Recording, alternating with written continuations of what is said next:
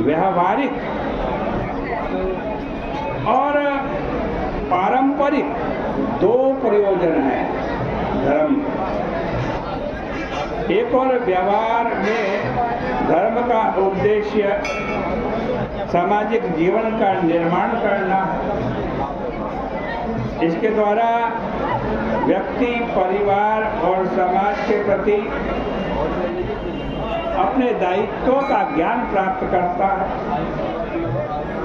यदि धर्म का उद्देश्य केवल इतना ही होता तो संभव है कि उससे संघर्ष की सृष्टि नहीं होती। लेकिन भाई व्यक्ति के अंतःकरण में अज्ञात को जानने की एक जिज्ञासा विद्यमान रहती है। जिसको नहीं जाना नहीं है ना, उसको जानने की इच्छा रहती है। ईश्वर को नहीं जाना, ईश्वर को जानने की इच्छा रहती है। और धर्म उसका रहस्य प्रकट करने का दावा करता है और यहीं से संघर्ष के बीज पड़ जाते हैं। यदि प्रत्येक धर्म के प्रवर्तक और आचार्यों की अनुभूति एक ही होती,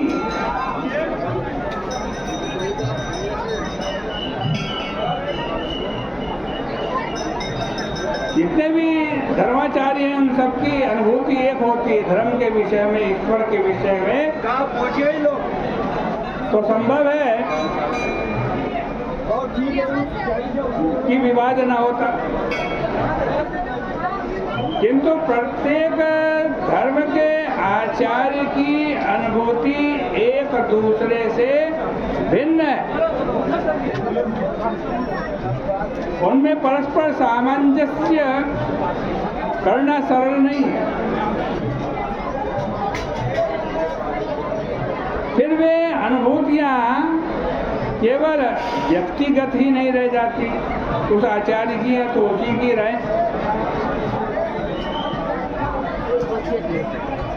उन्हें स्वीकार करने वालों का एक समूह और संगठन बन जाता।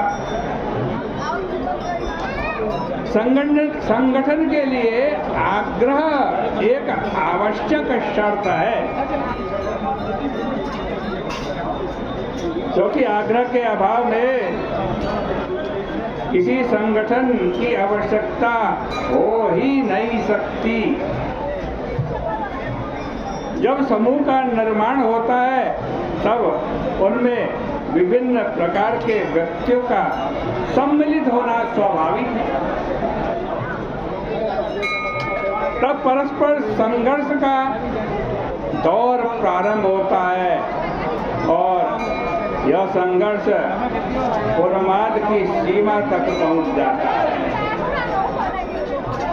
अच्छा, उधर लगेगा।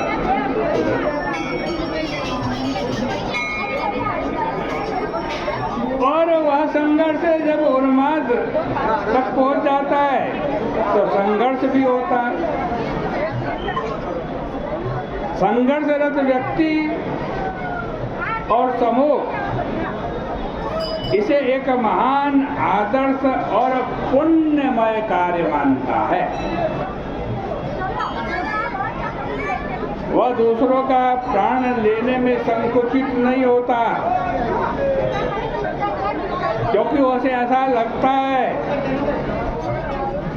कि विधर्मी को विनष्ट करके उसने धर्म और ईश्वर की बहुत बड़ी सेवा कर दी।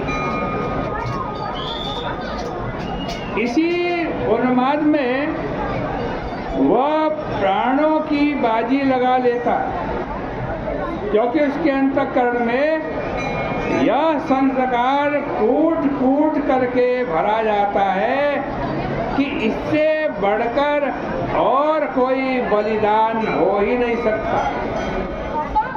तुम्हारी आज अपने धर्म के लिए मृत्यु हो गई तो भगवान आज तुम्हारे स्वागत में खड़े होंगे।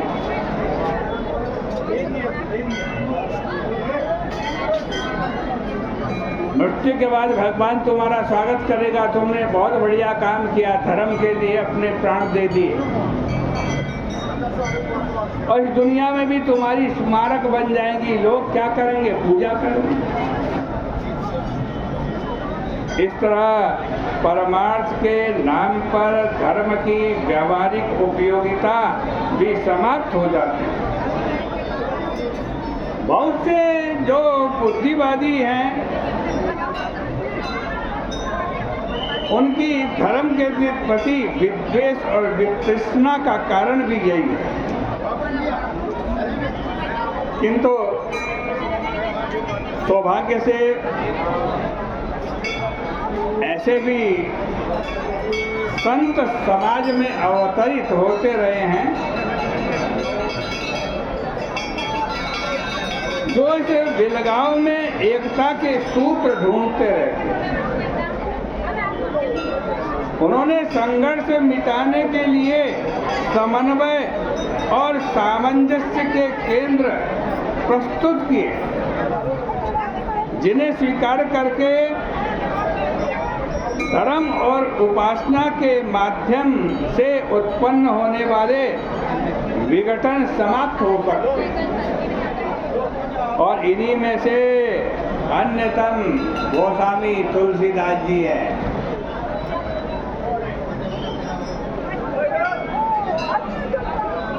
ब्रह्म को वे ब्रह्मन ईश्वर, ब्रह्म को वे मूल रूप में निर्गुण निराकार मानते हैं। कौन? तुलसीदास। किंतु साथ ही वह भक्तों की भावना के अनुरूप अनेक रूप धारण कर लेते हैं भगवान, ऐसा भी मानना है तुलसीदास। इस तरह वे एक और बहुत के विवाद में दोनों पक्षों के सामंजस्य का सूत्र देते हैं। क्योंकि निराकारवादी और साकारवादी में बड़ा संघर्ष होता था। तुलसीदास जी ने कहा, मेरे भगवान मेरे राम तो निराकार हैं, लेकिन भक्तों की कामना को पूर्ण करने के लिए, भक्तों की इच्छा को पूर्ण करने के लिए वो निराकार ब्रह्म भी साकार होकर के आ जाता है। उन्हें अरूप ईश्वर से अनंत रूपों का विश्वास है। ईश्वर एक ही है, लेकिन उससे अनंत रूप निकल सकते हैं। इसलिए विविध धर्म और संप्रदाय ईश्वर के अलग अलग रूपों का यदि वर्णन करें तो कोई आपत्ति नहीं है। उनके आराध्य भगवान राम है, तुलसीदास जी के। अपनी इस आसक्ति को वे अस्वीकार नहीं करते, और यदि कोई व्यक्ति राम को ईश्वर के रूप में स्वीकार न करना चाहे तो भी वे दूसरे को इसकी स्वीकृति के लिए बाध्य नहीं करते। वे एक क्षण के लिए उन्हें केवल राजा मानने को प्रस्तुत हो जाते हैं कि राम राजा हैं। फिर भी वे जन्म जन्मांतर में केवल श्री राम के ही चरणों में प्रेम चाहते हैं। जो जगदीश तो अति भलो, जो जगदीश तो अति भलो, जो महीश सौभाग, तुलसी चाहत जन्म भरी, राम चरण अनुराग। उनके आराध्य में एक और भी ऐसी विलक्षणता है जिसे सांप्रदायिक भावना वाले व्यक्ति अपने दृष्टि में कभी स्वीकार नहीं करना चाहते।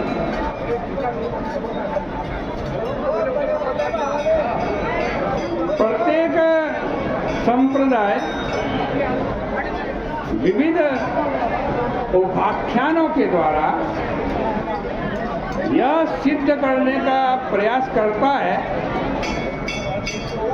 कि उसके इष्ट की अन्य सभी देवता तथा अवतार आराधना करते हैं। मेरे इष्ट की सभी देवता सभी अवतार आराधना करते हैं।